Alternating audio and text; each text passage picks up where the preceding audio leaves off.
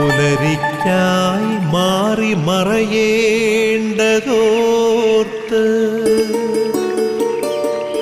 ചന്ദ്രനക്ഷത്രാദികൾ വിതുമ്പുമ്പോൾ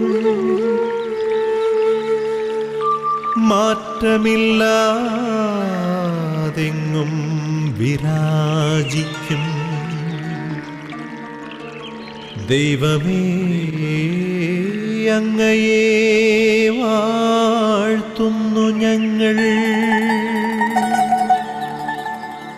ഉദിച്ചെങ്ങും പ്രഭതൂകും പാരിലെ സൂര്യരശ്മിയേക്കാൾ പ്രശോഭിച്ചെന്നും പ്രസാദമേകുന്ന ദൈവമേ, അങ്ങേ മഹിമാവെത്ര മനോജ്ഞം. Goodness T V പ്രേക്ഷകർക്ക് പ്രഭാതവിരുന്ന് എന്ന പ്രാർത്ഥനാ ശുശ്രൂഷയിലേക്ക് ഹൃദ്യമായ സ്വാഗതം. നമുക്ക് ഈ പ്രഭാതത്തിൽ ദൈവത്തെ സ്തുതിക്കാം. നമ്മളോടൊപ്പം ആയിരിക്കുന്ന, ജീവിക്കുന്ന എല്ലാ സർവ്വചരാചരങ്ങളോടും ചേർന്ന് നമുക്ക് ദൈവത്തെ സ്തുതിക്കാം. ദൈവം നൽകിയ വലിയൊരു ജീവിതം, ഓരോ ജീവിതവും പുതുമയാണെന്നാണ് പറയുന്നത്. ഓരോ പ്രഭാതവും പുതുമ നിറഞ്ഞ ഒരു ജീവിതമാണ്. നമുക്ക് ഈ പുതിയ ജീവിതം ദൈവം നൽകിയതിനെ ഓർത്തുകൊണ്ട് ദൈവത്തോട് നമുക്ക് നന്ദി പറയാം. സർവ്വചരാചരങ്ങളും ഈ പ്രഭാതത്തിൽ സ്തുതിക്കുകയാണ് ദൈവത്തെ. കാരണം ഒരു അന്ധകാരം മാറിപ്പോയി, ഒരു പ്രകാശം അവരുടെ മേൽ ആവസിച്ചു. അതിൻ്റെ സന്തോഷം, ഒരിക്കൽ കൂടി ഈ ഭൂമിയിലായിരുന്നു കൊണ്ട് ഈ ഭൂമിയിൽ ചരിക്കുവാനായിട്ട് ദൈവം നൽകിയ അനുഗ്രഹത്തെ ഓർത്തുകൊണ്ടാണ് അവർ ദൈവത്തെ സ്തുതിക്കുന്നത്. നമുക്കും ഒരവസരം ലഭിച്ചിരിക്കുകയാണ്. അന്ധകാരം മാറിപ്പോയി, പ്രകാശം നമ്മുടെ മേൽ ആവസിച്ചു. ആ പ്രകാശമാകുന്ന യേശുവിനെ കണ്ടുകൊണ്ട് തന്നെ നമുക്ക് ദൈവത്തെ സ്തുതിക്കാം. ആ പ്രകാശം നമ്മിൽ വസിച്ചുകൊണ്ട്, ആ പ്രകാശത്തിലൂടെ ചരിച്ചുകൊണ്ട് മറ്റുള്ളവർക്ക് പ്രകാശമാകുവാനായിട്ട് നമുക്ക് പരിശ്രമിക്കാം. നമുക്ക് ഇന്നേ ദിവസം ദൈവസന്നിധിയിലേക്ക് നമ്മെ തന്നെ സമർപ്പിക്കാം. ഇന്നത്തെ ഈ പ്രാർത്ഥനാ ശുശ്രൂഷ പരിശുദ്ധ അമ്മയുടെ വലിയ സന്തോഷത്തിൻ്റെ ദിനമായി മാറ്റുവാനായിട്ട്, പരിശുദ്ധ അമ്മയോടുള്ള വലിയ കൃപയുടെ ദിനമായി മാറ്റുവാനായിട്ട് നമുക്ക് പരിശ്രമിക്കാം. പരിശുദ്ധ അമ്മയാണ് ഈ ശുശ്രൂഷയ്ക്ക് മാധ്യസ്ഥം വഹിക്കുന്നത്. പരിശുദ്ധ അമ്മയോട് ചേർന്ന് നിന്നുകൊണ്ട് തന്നെ നമുക്ക് ഈ ശുശ്രൂഷ ആരംഭിക്കാം. കൂട്ടായ്മയുടെ, പ്രാർത്ഥനയുടെയൊക്കെ ആരംഭകനാണ്, അല്ലെങ്കിൽ ആരംഭത്തിന് നാന്ദി കുറിക്കുന്ന വ്യക്തിയാണ് പരിശുദ്ധ അമ്മ. സ്ലിഹന്മാർ ചിന്ന ഭിന്നമായി പോയപ്പോൾ പ്രാർത്ഥനയ്ക്കായിട്ട് ഒരുമിപ്പിച്ച് കൂട്ടിയത് പരിശുദ്ധ അമ്മയാണെന്ന് നമുക്കറിയാം. അതുപോലെ തന്നെ ഇന്ന് ഈ പ്രഭാതത്തിൽ നമ്മെ ഒരുമിപ്പിച്ച് കൂട്ടിയത് വലിയ പരിശുദ്ധ അമ്മയുടെ വലിയ ഇടപെടലാണ് എന്ന് മനസ്സിലാക്കിക്കൊണ്ട് പരിശുദ്ധ അമ്മയോട് ചേർന്ന് നിന്നുകൊണ്ട് നമുക്കും പ്രാർത്ഥിക്കാം. നന്മ നിറഞ്ഞ മറിയമേ സ്വസ്തി, കർത്താവ് അങ്ങയുടെ കൂടെ, സ്ത്രീകളിൽ അങ്ങ് അനുഗ്രഹിക്കപ്പെട്ടവളാകുന്നു. അങ്ങയുടെ ഉദരത്തിൽ ഫലമായി ഈശോ അനുഗ്രഹിക്കപ്പെട്ടവനാകുന്നു. പരിശുദ്ധ മറിയമേ തമ്പുരാൻ്റെ അമ്മേ, പാപികളായ ഞങ്ങൾക്ക് വേണ്ടി എപ്പോഴും ഞങ്ങളുടെ മനസ്സമയത്തും തമ്പുരാനോട് അപേക്ഷിച്ചുകൊള്ളണമേ. ആമേൻ. നമുക്ക് നമ്മുടെ നിയോഗങ്ങളെ തമ്പുരാൻ്റെ മുമ്പിലേക്ക് സമർപ്പിക്കാം. വ്യക്തിപരമായ നിയോഗങ്ങളുണ്ട്, നമ്മുടെ കുടുംബത്തിൻ്റെതായ നിയോഗങ്ങളുണ്ട്, സമൂഹത്തിൻ്റെതായ നിയോഗങ്ങളുണ്ട്, നമ്മുടെ ദേശത്തിൻ്റെ, നമ്മുടെ ഇടവകയുടെ എല്ലാ നിയോഗങ്ങളുണ്ട്. ആ നിയോഗങ്ങളോടൊപ്പം തന്നെ നമുക്ക് കൃപകൾ കിട്ടാതെ പലപ്പോഴും, അനുഗ്രഹം കിട്ടാതെ പലപ്പോഴും കടന്നുപോയ വ്യക്തികളുണ്ട് നമ്മുടെ ഇടയിലൊക്കെ.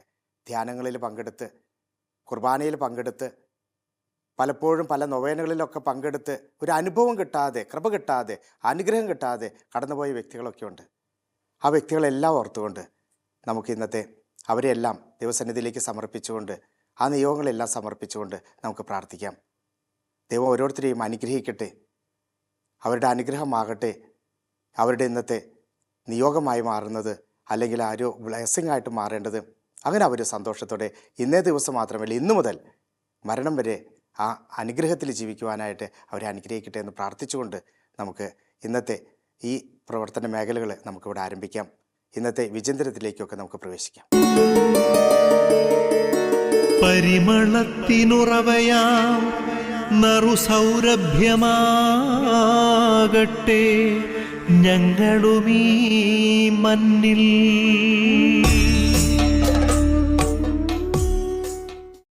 ദൈവവചന കേൾക്കുന്നതിന് മുമ്പായി പരിശുദ്ധാത്മാവിൻ്റെ നിറവിനായിട്ട് നമുക്ക് ദാഹത്തോടെ പ്രാർത്ഥിക്കാം.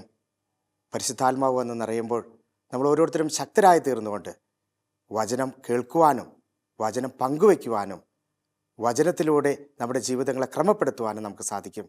അതിനായിട്ട് നമുക്ക് ദാഹത്തോടെ പ്രാർത്ഥിക്കാം. ദാനിയേലിൻ്റെ ജീവിതത്തിൽ തൻ്റെ ആത്മാവിനെ പരിശുദ്ധാത്മാവ് തൊട്ട് ഉണർത്തിയപ്പോഴാണ് സുസന്ന എന്ന ആ ഒരു സഹോദരിയെ രക്ഷിക്കുവാനായിട്ട് ദാനിയേൽ മനസ്സ് കാണിച്ചത്. അവിടെ ദാനിയേൽ ഇറങ്ങിച്ചെല്ലുന്നു, സംവാദം നടത്തുന്നു. അവിടെ സുസന്ന എന്ന് പറഞ്ഞ വ്യക്തി തൻ്റെ നീതിക്ക് വേണ്ടിയിട്ട് കരഞ്ഞു പ്രാർത്ഥിച്ചപ്പോൾ ദൈവം ഇടപെട്ട ഒരു മേഖലയായിരുന്നു. പരിശുദ്ധാത്മാവ് അവനിൽ വന്ന് നിറഞ്ഞു എന്നുള്ളതാണ്. അവളുടെ വാക്ക് ദൈവം കേട്ടു എന്നുള്ളതാണ്. പരിശുദ്ധാത്മാവ് നിറയുമ്പോഴാണ് ദൈവം നമ്മെ നയിക്കുക എന്നുള്ളതാണ് അർത്ഥമാക്കുന്നത്. പരിശുദ്ധാത്മാവ് നിറയാനായിട്ട് നമുക്ക് പ്രാർത്ഥിക്കാം. വചനം നമ്മൾ കേൾക്കാനായിട്ട് ഒരുങ്ങുകയാണ്. ആ വചനം നമ്മളിൽ അന്വർത്ഥമാകട്ടെ എന്ന് നമുക്ക് ആത്മാർത്ഥമായിട്ട് പ്രാർത്ഥിച്ചുകൊണ്ട് നമുക്ക് വചനത്തിലേക്ക് നമുക്ക് പ്രവേശിക്കാം. പ്രഭാഷകൻ്റെ പുസ്തകം 11-ാം അധ്യായം 22-ാമത്തെ തിരുവചനം ഇങ്ങനെ നമ്മളോട് പറയുന്നു: കർത്താവിൻ്റെ അനുഗ്രഹമാണ് ദൈവഭക്തൻ്റെ സമ്മാനം എന്ന് പറയുന്നത്. കർത്താവിൻ്റെ അനുഗ്രഹമാണ് ദൈവഭക്തൻ്റെ സമ്മാനം എന്ന് പറയുന്നത്. അത് ക്ഷണം നേരം കൊണ്ട് പൂവണിയുന്നു എന്ന് പറയുന്നു. ഒരു നിമിഷം മാത്രം മതി ആ അനുഗ്രഹം അവനിൽ വന്നു നിറയുവാനായിട്ട്. ഒരു ദൈവഭക്തൻ ദൈവത്തോട് ചേർന്ന് നിൽക്കുമ്പോൾ കിട്ടുന്ന ഒരു അനുഗ്രഹമാണ് കർത്താവിൻ്റെ അനുഗ്രഹം എന്ന് പറയുന്നത്. ദൈവം അവനോട് കൂടെ ആയിരിക്കുന്നു, ദൈവം അവനെ വളർത്തുന്നു എന്നുള്ളത് അനുഗ്രഹം. നമ്മളൊക്കെ പലപ്പോഴും പ്രാർത്ഥനകളിൽ വിശുദ്ധ കുർബാനയിലൊക്കെ നമ്മൾ പങ്കെടുക്കും. അവിടെയൊക്കെ നമ്മൾ ആഗ്രഹിക്കുന്നത് എന്താ? തൻ്റെ നിയോഗത്തിന്മേൽ ദൈവം ഒന്ന് കടാക്ഷിക്കണേ എന്നാണ് നമ്മൾ പ്രാർത്ഥിക്കുക. ആ ഒരു അനുഗ്രഹം കിട്ടാനായിട്ടാണ് അവിടെ നമ്മൾ പ്രാർത്ഥിക്കുക. അവിടെ അനുഗ്രഹം കിട്ടിക്കഴിഞ്ഞാലോ അവൻ അന്നത്തെ ജീവിതം അല്ലെങ്കിൽ അന്നത്തെ ദിവസം ധന്യമായി എന്നുള്ളതാണ്. പലപ്പോഴും ആ അനുഗ്രഹം എന്താണ് എന്നുള്ളതാണ് നമ്മൾ നോക്കി കാണേണ്ടത്. പലപ്പോഴും നിയോഗങ്ങളാണ് നമ്മൾ സമർപ്പിക്കുക. ആ ദൈവം തന്നെ നമ്മുടെ കൂടെ ഉണ്ടെങ്കിലോ ആ വിശുദ്ധ കുർബാനയിലൂടെ നമുക്ക് കിട്ടുന്ന ആ ദൈവിക ശക്തി അല്ലെങ്കിൽ ദൈവത്തെ തന്നെ നമ്മൾ ഉൾക്കൊള്ളുന്നുണ്ട്. വിശുദ്ധ കുർബാനയോടെ നമ്മൾ സ്വീകരിക്കും. വിശുദ്ധ കുർബാന നമ്മൾ സ്വീകരിക്കുന്നുണ്ട്. ആ സ്വീകരിക്കുന്നത് വഴിയായിട്ട് യേശു തന്നെ നമ്മുടെ ജീവിതത്തിലേക്ക് വന്ന് വസിക്കുകയാണ് ചെയ്യുന്നത്. അപ്പോൾ അവിടെ ഉണ്ടാകുന്ന അനുഗ്രഹം എന്ന് പറയുന്നത് ദൈവഭക്തന് കിട്ടുന്ന ഏറ്റവും വലിയ സമ്മാനമാണ്. ദൈവത്തെ തന്നെ നമുക്ക് സ്വീകരിക്കാനായിട്ട് സാധിക്കുന്നു എന്നുള്ളത്. നമുക്കറിയാം അബ്രാഹത്തിൻ്റെ ജീവിതം. വിശ്വാസികളുടെ പിതാവാണെന്നൊക്കെ നമുക്കറിയുന്നുണ്ട്. അബ്രാഹം എങ്ങനെയാണ് തൻ്റെ പിതാവിൻ്റെ, അതായത് തൻ്റെ ദൈവത്തിൻ്റെ സ്വരം കേട്ടുകൊണ്ട് പ്രവർത്തിച്ചു എന്നുള്ളതാണ്. അവൻ സ്വരം കേട്ടു, ദൈവത്തിനെ കേട്ടുകൊണ്ട് അവൻ ജീവിച്ചു. കാണാൻ സാധിച്ചില്ലെങ്കിലും ദൈവം പറയുന്ന ഓരോ വാക്കുകളും അവൻ കേട്ട് മുന്നോട്ട് കൊണ്ടുപോയി എന്നുള്ളതാണ്. അതുകൊണ്ട് തന്നെ ഉൽപ്പത്തിയുടെ പുസ്തകത്തിൽ 12-ാം അധ്യായത്തിൽ 2-ാമത്തെ തിരുവചനം പറയുന്നുണ്ട്, അവൻ അനുഗ്രഹിക്കപ്പെട്ടവനായിരുന്നു, അവനിലൂടെ അനേകർക്ക് അനുഗ്രഹം കിട്ടി എന്നുള്ളതാണ്. അവനിലൂടെ ഒരു ജനതയെ അനുഗ്രഹിക്കപ്പെട്ടു എന്നാണ് പറയുന്നത്. അവന് ദൈവം അനുഗ്രഹിച്ചു, ഒരു ജനതയുടെ പിതാവാക്കി മാറ്റി. ഒരു ജനതയെ അനുഗ്രഹിക്കുവാനായിട്ട് ഒരു വ്യക്തിയിലൂടെ അവിടുന്ന് അനുഗ്രഹിക്കുകയാണ് ചെയ്യുന്നത്. ദൈവം അവൻ്റെ കൂടെ ഉണ്ടായിരുന്നു എന്നുള്ളതാണ് പറയുന്നത്. ദൈവം അവൻ്റെ കൂടെ ആയിരുന്നു. അവനോടൊപ്പം വസിക്കുവാനായിട്ട്, അവനോട് ചേർന്ന് ജീവിക്കുവാനായിട്ട്, ഒരു ജനതയെ രക്ഷിക്കുവാനായിട്ട് ദൈവം അവൻ്റെ കൂടെ ഉണ്ടായിരുന്നു. ഒരു ദൈവഭക്തൻ്റെ, ദൈവത്തിനോട് ഏറ്റവും കൂടുതൽ ഭക്തി കാണിക്കുന്ന അബ്രാഹാം വിശ്വാസികളുടെ പിതാവായിരുന്നു എന്ന് പറയുന്നുണ്ടെങ്കിൽ അവനോട് കൂടെ, ദൈവത്തിനോട് കൂടെ അത്രമാത്രം ആഴപ്പെട്ട ഭക്തി അവനിൽ ഉണ്ടായിരുന്നു എന്നുള്ളതാണ്. അവിടെയാണ് ദൈവം അവനെ അനുഗ്രഹിക്കുവാനായിട്ടിടയായത്. അവന് കിട്ടിയ അനുഗ്രഹമോ അത് മറ്റുള്ളവർക്ക് പകർന്നു കൊടുക്കുവാനായിട്ട് അവൻ തയ്യാറായി. അതാണ് തൻ്റെ ജനത്തെ അനുഗ്രഹിക്കുവാനായിട്ട് ദൈവം തിരഞ്ഞെടുത്തു എന്നുള്ളത് പറയുന്ന അബ്രാഹത്തെ പറ്റി. നമുക്കറിയാം പരിശുദ്ധ അമ്മയോട് ദൂതൻ വന്ന് പറയുന്നുണ്ട്, ദൈവസന്നിധിയിൽ കൃപ കണ്ടെത്തിയവളെ എന്ന് പറയുന്നുണ്ട്, അനുഗ്രഹിക്കപ്പെട്ടവളെ എന്ന് പറയുന്നുണ്ട്. ഈ അനുഗ്രഹം തന്നിൽ മാത്രം ഒതുക്കി വയ്ക്കുവാനായിട്ട് പരിശുദ്ധ അമ്മ ആഗ്രഹിച്ചില്ല. മറിച്ച് തന്നിൽ വന്ന യേശുവിനെ, തൻ്റെ ജീവിതത്തിലേക്ക് കടന്ന യേശുവിനെ മറ്റുള്ളവർക്കായിട്ട് പകർന്നു കൊടുക്കുകയായിരുന്നു അവിടുന്ന് ചെയ്തത്. മറ്റുള്ളവർക്കായിട്ട് കൊടുക്കുന്നു. തൻ്റെ ആരോമൽ പുത്രനെ മറ്റുള്ളവർക്കായിട്ട് കൊടുത്തപ്പോൾ അവൻ്റെ സഹനങ്ങളെല്ലാം അവൾ കാണുന്നുണ്ടായിരുന്നു. എങ്കിലും ഇത് പിതാവിൻ്റെ ഇഷ്ടമായിട്ട് നിറവേറ്റിക്കൊണ്ട് അവിടുന്ന് നീങ്ങുകയായിരുന്നു ചെയ്തത്. തനിക്ക് കിട്ടിയ അനുഗ്രഹം മറ്റുള്ളവർക്കായിട്ട് പകർന്നു കൊടുക്കുന്നു. മദർ തെരേസ നമുക്കറിയാം. മദർ തെരേസയുടെ ജീവിതം എവിടെയോ കിടന്ന, അല്ലെങ്കിൽ ദൈവത്തെ ചെറുതായിട്ടൊന്ന് അറിഞ്ഞു മാത്രമേ ഉള്ളൂ. പക്ഷേ പരിശുദ്ധാത്മാവ് അവളിൽ വന്ന് നിറഞ്ഞപ്പോൾ, ദൈവഭക്തിയായ ആ മദർ തെരേസയിൽ പരിശുദ്ധാത്മാവ് നിറഞ്ഞപ്പോൾ, ദൈവത്തിൻ്റെ അനുഗ്രഹം അവൾക്ക് ലഭിച്ചപ്പോൾ ദൈവത്തിന് വേണ്ടി പ്രവർത്തിക്കുവാനായിട്ട്, ഒരു ജനതയ്ക്ക് വേണ്ടി പ്രവർത്തിക്കുവാനായിട്ട് തയ്യാറായി എന്നുള്ളതാണ്. ദൈവത്തിൻ്റെ അനുഗ്രഹം മറ്റുള്ളവർക്ക് വേണ്ടി പകർന്നു കൊടുക്കുവാനായിട്ടാണ് പലപ്പോഴും ദൈവം നമ്മെ നിയോഗിക്കുന്നത്. അത് ദൈവത്തോട് കൂടെ നിൽക്കുന്ന വ്യക്തികൾക്ക് മാത്രമേ അത് ലഭ്യമാകുന്നുള്ളൂ എന്നുള്ളതാണ്. ദൈവഭക്തർക്ക് മാത്രമേ അത് ലഭ്യമാകുന്നുള്ളൂ. വിശ്വാസമുള്ളവർക്കേ അത് ലഭ്യമാകുന്നുള്ളൂ. ദൈവത്തോട് കൂടെ ആയിരിക്കുവാനായിട്ട് സാധിക്കുന്നവർക്ക് അത് ലഭ്യമാകുന്നുള്ളൂ എന്നുള്ളതാണ്. ദൈവം നിയോഗിക്കുന്നു. ദൈവഭക്തരെ ദൈവം അവിടുന്ന് നിയോഗിക്കുകയാണ്, അനുഗ്രഹിച്ച് അവരെ അയക്കുകയാണ് ചെയ്യുന്നത്. മോശ നമുക്കറിയാവുന്നതാണ്. മോശ എങ്ങനെയാണ് ഏറ്റവും വലിയ പ്രവാചകനായിട്ട് മാറുവാനായിട്ട് സാധിച്ചത്, ഒരു ജനതയെ നയിക്കുന്ന വ്യക്തിയായിട്ട് മാറുവാനായിട്ട് സാധിച്ചത്. വിഘ്നായിരുന്നുവെങ്കിലും, സംസാരത്തിൽ ബുദ്ധിമുട്ട് അവന് നേരിട്ടുവെങ്കിലും അവനെ നയിക്കുവാനായിട്ട് ദൈവം അവൻ്റെ കൂടെ ഉണ്ടായിരുന്നു. ദൈവഭക്തനായിരുന്നുകൊണ്ട് അവനെ അവിടെ നിന്ന് നിയോഗിക്കുകയാണ്. അവനിലുള്ള വൈകല്യം എന്നുള്ളതിനെ അല്ല അവിടെ നിന്ന് കാണുന്നത്, അവൻ എന്നോട് കൂടെ ആയിരിക്കുവാനായിട്ട് സാധിക്കുന്നുണ്ട് എന്നുള്ളതാണ് അവനിൽ ഉണ്ടാകേണ്ട ഏറ്റവും വലിയ ഗുണം എന്ന് പറയുന്നത്. മോശ കൂടെ നിന്നു എന്നുള്ളതാണ്. ജനത്തിനു വേണ്ടി കൂടെ നിന്നു, ദൈവത്തിനു വേണ്ടി കൂടെ നിന്നു. ജനത്തിൻ്റെ പിറുപിറുക്കളെല്ലാം കേട്ടുകൊണ്ട് തമ്പുരാൻ്റെ മുമ്പിലേക്ക് ചെന്ന് അവരുടെ നിയോഗങ്ങളെല്ലാം സമർപ്പിച്ച് പ്രാർത്ഥിക്കുന്നുണ്ട്. ദൈവജനത്തിൻ്റെ നിയോഗങ്ങൾ തമ്പുരാൻ്റെ മുമ്പിലേക്ക് എത്തിക്കുവാനായിട്ട് അവൻ പരിശ്രമിക്കുന്നു. മോശ തനിക്ക് കിട്ടിയ നിയോഗങ്ങൾ, അല്ലെങ്കിൽ തനിക്ക് കിട്ടിയ കൽപ്പനകൾ തൻ്റെ ജനതയ്ക്ക് കൊടുക്കുവാനായിട്ട് അവിടുന്ന് പരിശ്രമിക്കുന്നു. ഒരു മീഡിയേറ്ററായിട്ട് പ്രവർത്തിക്കുകയാണ് ചെയ്യുന്നത്. അതാണ് ദൈവവിളി എന്ന് പറയുന്നത്. ദൈവഭക്തനുണ്ടാകുന്നത് ദൈവത്തിൻ്റെ വിളി കേട്ടനുസരിച്ച് പ്രവർത്തിക്കാനായിട്ടുള്ള ആ ഒരു നിയോഗമാണ് അവരിലുള്ള ഉണ്ടാകുന്നത്. അതാണ് അവൻ്റെ അനുഗ്രഹം എന്ന് പറയുന്നത്. ദൈവ നിയോഗം ഏതാണോ അത് പ്രാവർത്തികമാക്കുവാനായിട്ട് അവനെ അനുഗ്രഹിക്കുകയാണ് ചെയ്യുന്നത്. ദൈവത്തിൻ്റെ നിയോഗങ്ങൾ പ്രാവർത്തികമാക്കുന്ന വ്യക്തി ദൈവഭക്തൻ. ദൈവഭക്തൻ്റെ നമ്മളെല്ലാവരും ക്രിസ്ത്യാനി എന്ന് പറയുന്നതോ അല്ലെങ്കിൽ ദൈവത്തോട് കൂടെ ആയിരിക്കുന്ന ഓരോ വ്യക്തികൾക്കും ഉണ്ടാകേണ്ട ഒരൊറ്റ ഉദ്ദേശം മാത്രമേ ഉള്ളൂ: ദൈവത്തെ കേൾക്കുക, ദൈവവിളി കേൾക്കുക. ദൈവം അത് അനുഗ്രഹിക്കുന്നതായിട്ട് നമുക്ക് മനസ്സിലാക്കുവാനായിട്ട് സാധിക്കണം. പലപ്പോഴും ദൈവവിളി എന്ന് പറയുമ്പോൾ നമ്മളൊക്കെ മനസ്സിലാക്കുക, ദൈവത്തിൻ്റെ വിളി എന്ന് പറഞ്ഞാൽ അത് പുരോഹിതർക്കും സന്യാസിനികൾക്കും മാത്രമുള്ള വിളിയാണെന്നുള്ളതാണ്. നമ്മളെല്ലാവരെയും ദൈവം വിളിക്കുന്നുണ്ട്. ഏറ്റവും കൂടുതൽ പീഡിപ്പിച്ചത്, ക്രിസ്ത്യാനികളെ പീഡിപ്പിച്ചത്, ക്രിസ്തുവിൻ്റെ അനുയായികളെ പീഡിപ്പിച്ച സൗൾ ആരായി തീർന്നു? ക്രിസ്തുവിന് വേണ്ടി, ക്രിസ്ത്യാനികൾക്ക് വേണ്ടി മരണം വരെ പോരാടുന്ന ഒരു വ്യക്തിയായിട്ട് തീർന്നു. യുദ്ധം ചെയ്യുന്ന ഒരു വ്യക്തിയായി മാറി എന്നുള്ളതാണ്.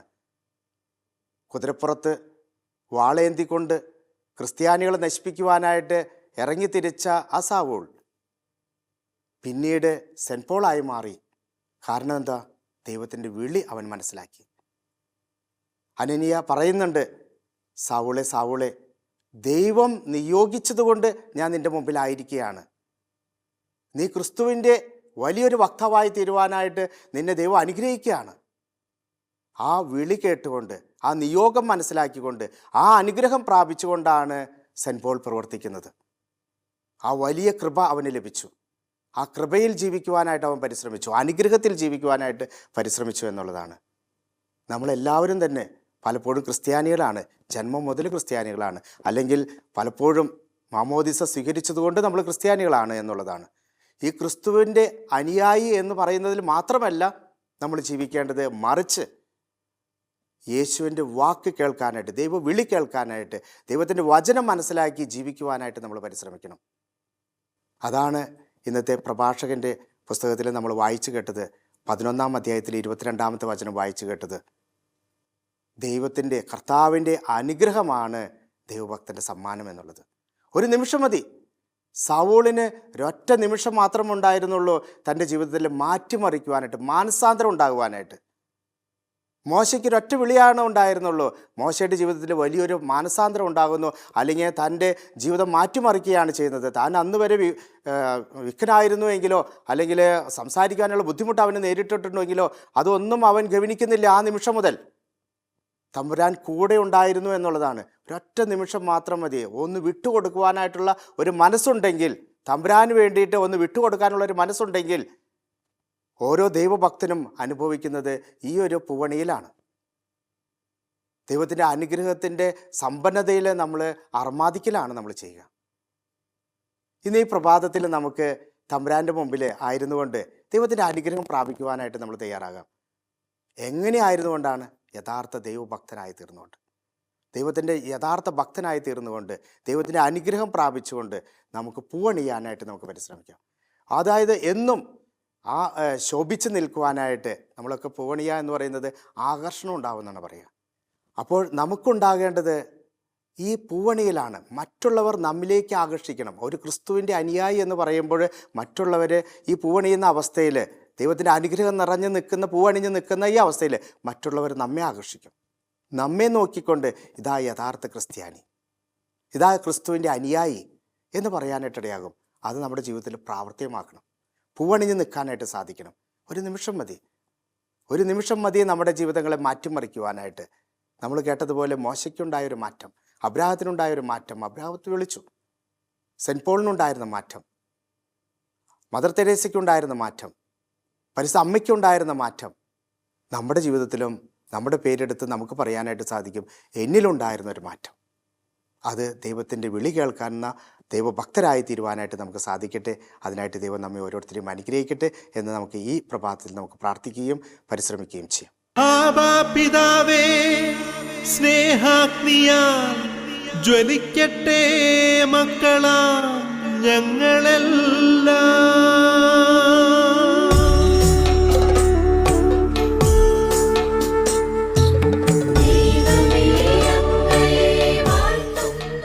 ഈ പ്രഭാതത്തിൽ പിതാവിനും പുത്രനും പരിശുദ്ധാത്മാവുമായ ത്രിത്വൈക ദൈവത്തിൻ്റെ സന്നിധിയിലേക്ക് നമ്മെ തന്നെ നമുക്ക് സമർപ്പിക്കാം. പരിശുദ്ധ അമ്മയുടെ മാധ്യസ്ഥ ശക്തിയിലേക്ക് നമുക്ക് സമർപ്പിക്കാം. അതുപോലെ തന്നെ സകല വിശുദ്ധരെയും ഈ അവസരത്തിൽ ഓർത്തുകൊണ്ട് അവരുടെ ജീവിതങ്ങളെ നമ്മുടെ ജീവിതത്തിൽ മാതൃകയാക്കി മാറ്റുവാനായിട്ട് ആഗ്രഹിച്ചുകൊണ്ട് അവരുടെ ജീവിതങ്ങളിലേക്കും അവരുടെ മാധ്യസ്ഥ ശക്തിയിലേക്കും നമ്മെ തന്നെ സമർപ്പിക്കാം. സകല മാലാഖമാരെയും ഈ അവസരത്തിൽ നമുക്കൊന്ന് ഓർക്കാം. ആ സ്വർഗീയ ദൂതന്മാരുടെ സന്നിധിയിലേക്ക് നമ്മുടെ എല്ലാ നിയോഗങ്ങളെയും നമുക്ക് സമർപ്പിക്കാം. നമ്മുടെ കാവൽ മാലാഖയെ നമുക്കൊന്ന് ഒരു നിമിഷം ഓർക്കാം. നമ്മെ നയിക്കുന്ന, നമ്മളെ സംരക്ഷിക്കുന്ന ആ കാവൽ മാലാഖ ഇന്നും എന്നും നമ്മളോട് കൂടെ ആയിരിക്കുന്നു. നമ്മുടെ ജീവിതങ്ങളെ, നമ്മുടെ നിയോഗങ്ങളെ ആ മധ്യസ്ഥ ശക്തിയിലേക്ക് നമുക്ക് സമർപ്പിക്കാം. നമ്മുടെ ഇടവക മധ്യസ്ഥരെ നമുക്കൊന്ന് ഓർക്കാം. നമ്മുടെ എല്ലാ നിയോഗങ്ങളെയും നമ്മൾ പലപ്പോഴും നമ്മുടെ ഇടവകയിൽ ചെന്നാണ് നമ്മുടെ നിയോഗങ്ങളെല്ലാം സമർപ്പിക്കുക. ഒരു നിമിഷം നമുക്ക് ഓർത്തുകൊണ്ട് ആ ദേവാലയത്തിലായിരിക്കുന്നു എന്നുള്ള വിശ്വാസത്തോടെ നമുക്ക് അവരുടെ സന്നിധിയിലേക്ക് നമ്മുടെ നിയോഗങ്ങളെയൊക്കെ സമർപ്പിക്കാം. നമ്മുടെ സകല വിശുദ്ധരെയും, നമ്മുടെ പേരിന് നാമഹേതുവായിട്ടുള്ള എല്ലാ വിശുദ്ധരെയും നമുക്ക് ഈ അവസരത്തിൽ ഓർക്കാം. നമ്മുടെ നിയോഗങ്ങളെ സമർപ്പിക്കാം. ഈ പ്രഭാതത്തിൽ ദൈവം നമുക്കായിട്ട് നൽകുന്ന അനുഗ്രഹങ്ങളെ, ദൈവസന്നിധിയിൽ നിന്നാണ് നമുക്ക് ലഭിക്കുന്നത്, നമ്മുടെ മധ്യസ്ഥരിലൂടെയാണ് നമുക്ക് ലഭിക്കുന്നത് എന്നുള്ള വിശ്വാസത്തോടെ അവരോടൊക്കെ നന്ദി പറഞ്ഞുകൊണ്ട് ഇന്ന് ഈ പ്രഭാതത്തിലായിരിക്കുവാനായിട്ട് നമുക്ക് പരിശ്രമിക്കാം. നമുക്ക് ആ ത്രിത്വൈക ഈശ്വരൻ്റെ അനുഗ്രഹവും ആശീർവാദം പ്രാപിക്കുവാനായിട്ട് നമ്മെ തന്നെ ഒരുക്കാം. പരിശുദ്ധ അമ്മയുടെയും സകല വിശുദ്ധരുടെയും സകല മാലാഖമാരുടെയും മാധ്യസ്ഥം നമ്മുടെ ജീവിതത്തിൽ എന്നും ഉണ്ടാകട്ടെ എന്ന് നമുക്ക് ആത്മാർത്ഥമായിട്ട് ആഗ്രഹിക്കുകയും പ്രാർത്ഥിക്കുകയും ചെയ്യാം. ഒരിക്കൽ കൂടി തമ്പുരാൻ്റെ സന്നിധിയിലേക്ക് നമ്മെ തന്നെ സമർപ്പിച്ചുകൊണ്ട് നമുക്ക് ഇന്നത്തെ എല്ലാ നിയോഗങ്ങളെയും തമ്പുരാൻ്റെ മുമ്പിലേക്ക് സമർപ്പിച്ചുകൊണ്ട്, പ്രത്യേകിച്ച് പലപ്പോഴും വിശുദ്ധ കുർബാനയിലൂടെയൊക്കെ കടന്നു പോകുമ്പോൾ, ധ്യാനങ്ങളിലൂടെയൊക്കെ കടന്നു പോകുമ്പോൾ കൃപകൾ കിട്ടാതെ, അനുഗ്രഹം കിട്ടാതെ പോയിട്ടുള്ള ഓരോ വ്യക്തികളെയും നമുക്ക് ഈ അവസരത്തിൽ അവരെ ഓർക്കുകയും അവർക്ക് വേണ്ടി പ്രാർത്ഥിക്കുകയും ചെയ്യാം. നിത്യം പിതാവും പുത്രനും പരിശുദ്ധാത്മാവുമായ സർവേശ്വര എന്നേക്കും ആമേൻ. ദൈവമേ അങ്ങയെ വാഴ്ത്തുന്നു ഞങ്ങൾ.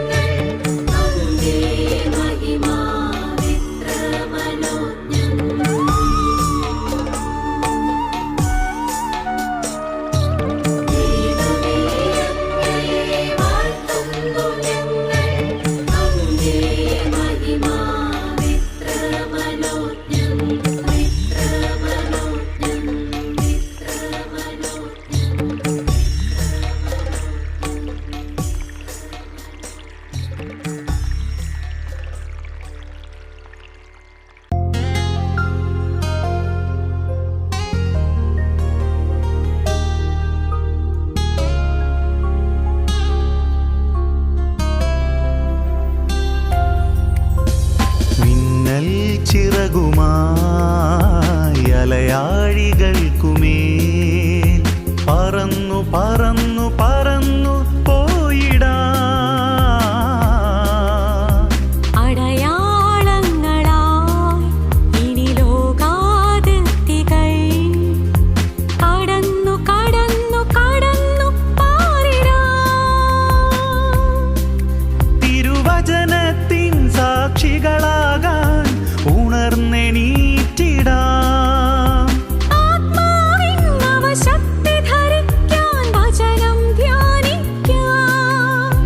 വചനത്തീ മഴ പെയ്യട്ടെ, ആത്മാവിൻ കനലെരിയട്ടെ.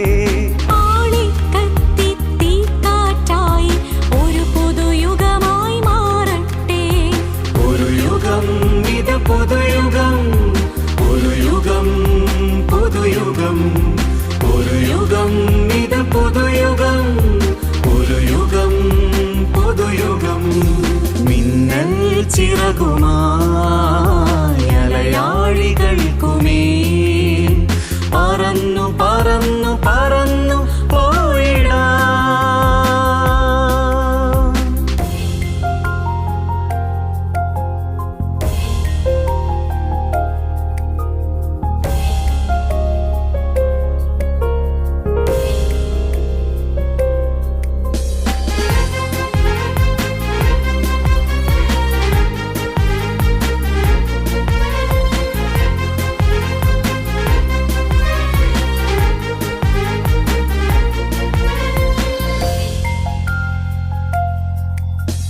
മായാലോകത്തിൻ മോഹാവേശങ്ങൾ എല്ലാം നിഷ്പ്രഭം.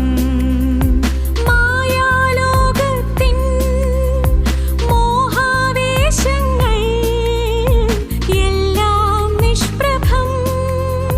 നിന്റെ സ്നേഹം അറിയുമ്പോൾ അറിയുന്നു നാഥ, എല്ലാം ഉപേക്ഷിക്കുന്നു, ഞങ്ങളെല്ലാം ഉപേക്ഷിക്കുന്നു.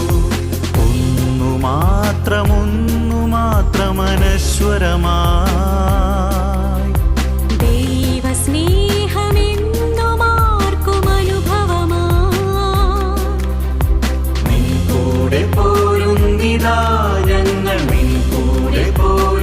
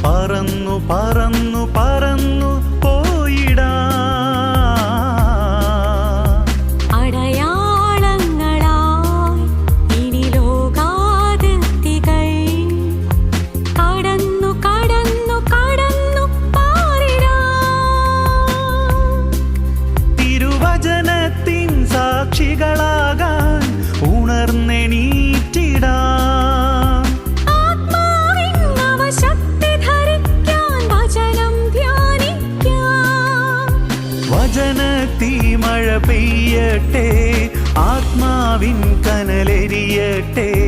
ആളിക്കത്തി തീക്കാറ്റായി ഒരു പുതുയുഗമായി മാറട്ടെ.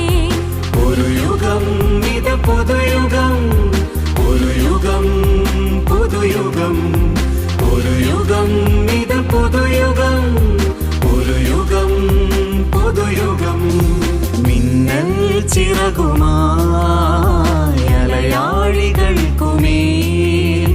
പറന്നു പറന്നു പറന്നു പോയിടാം.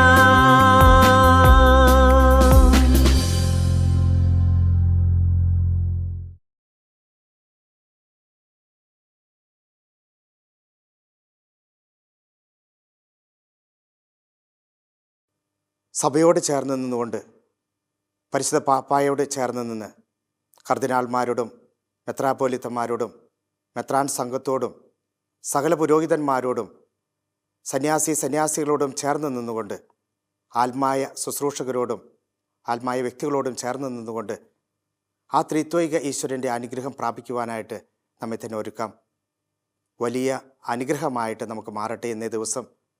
ഇന്നേ ദിവസം അനുഗ്രഹത്തിൻ്റെ ഒരു വലിയ സ്രോതസ്സായി മാറട്ടെ. നമുക്ക് ലഭിക്കുവാനും അനുഗ്രഹം ലഭിക്കുവാനും ആ അനുഗ്രഹം മറ്റുള്ളവർക്ക് പകർന്നു കൊടുക്കുവാനും, അങ്ങനെ എന്നും പൂവണിയുന്ന, മറ്റുള്ളവരാൽ നമ്മൾ ഓരോരുത്തരും ആകർഷിക്കപ്പെടുന്ന വ്യക്തികളായിട്ട് നമ്മൾ ഓരോരുത്തരും മാറപ്പെടട്ടെ എന്ന് നമുക്ക് ആത്മാർത്ഥമായിട്ട് പ്രാർത്ഥിച്ചുകൊണ്ട് നമുക്ക് ആ ത്രിത്വൈക ഈശ്വരൻ്റെ, ആ ദൈവത്തിൻ്റെ അനുഗ്രഹം പ്രാപിക്കുവാനായിട്ട് നമ്മെ തന്നെ ഒരുക്കാം. നമ്മുടെ കർത്താവ് യേശു മിശിഹായുടെ കൃപയും പിതാവായ ദൈവത്തിൻ്റെ സ്നേഹവും പരിശുദ്ധാത്മാവിൻ്റെ സഹവാസവും നാം എല്ലാവരോടും കൂടെ ഉണ്ടായിരിക്കട്ടെ, ഇപ്പോഴും എപ്പോഴും എന്നേക്കും. ആമേൻ. മരിയ കൂടാരങ്ങളിലായിരിക്കുന്ന എല്ലാ വ്യക്തികളെയും ഒരു നിമിഷം നമുക്ക് ഓർത്തുകൊണ്ട് അവർക്ക് വേണ്ടി നമുക്കൊന്ന് പ്രാർത്ഥിക്കാം. മരിയ കൂടാരങ്ങളിലായിരുന്നു കൊണ്ട് അവർക്കൊക്കെ നമുക്ക് വേണ്ടി പ്രാർത്ഥിക്കുന്നുണ്ട്, സഭയ്ക്ക് വേണ്ടി പ്രാർത്ഥിക്കുന്നുണ്ട്, സഭാ ശുശ്രൂഷകൾക്ക് വേണ്ടി പ്രാർത്ഥിക്കുന്നുണ്ട്. എന്നെ കേൾക്കുന്ന പ്രേക്ഷകർ ഇന്നേ ദിവസം ഒരു ജപമാലയെങ്കിലും ചൊല്ലിക്കൊണ്ട് നമുക്ക് അവർക്ക് വേണ്ടി പ്രാർത്ഥിക്കുവാനായിട്ട് തയ്യാറാകാം. ഈ പ്രഭാതത്തിൽ നമുക്ക് അവരെയും കൂടി ഒന്ന് ഓർത്താൽ, ഈ ദിവസം അവർക്ക് വേണ്ടി ഒന്ന് പ്രാർത്ഥിച്ചാൽ തീർച്ചയായിട്ടും സഭയുടെ പ്രവർത്തനങ്ങളും ഈ ഗുഡ്നസ് ടിവിയുടെ എല്ലാ പ്രവർത്തനങ്ങളും ശക്തമായി മുന്നേറുമെന്ന് നമുക്ക് വിശ്വസിച്ചുകൊണ്ട് അവർക്ക് വേണ്ടി നമുക്കൊന്ന് പ്രാർത്ഥിക്കാം. നമുക്ക് ഇന്നേ ദിവസം ദൈവം നമ്മെ ഓരോരുത്തരെയും അനുഗ്രഹിക്കട്ടെ എന്ന് ആത്മാർത്ഥമായിട്ട് പ്രാർത്ഥിക്കാം. ദൈവത്തിൻ്റെ വലിയ അനുഗ്രഹം ഇന്നേ ദിവസം പൂർണ്ണമായിട്ടും ഉണ്ടാകട്ടെ. ഒരു വലിയ ദൈവാനുഗ്രഹത്തിൻ്റെ ദിവസമായി നമ്മൾ ഓരോരുത്തരും മാറട്ടെ എന്ന് ആഗ്രഹിച്ചുകൊണ്ട് ഒരു നല്ല ദിവസം ആശംസിച്ചുകൊണ്ട് ഏവർക്കും നന്ദി.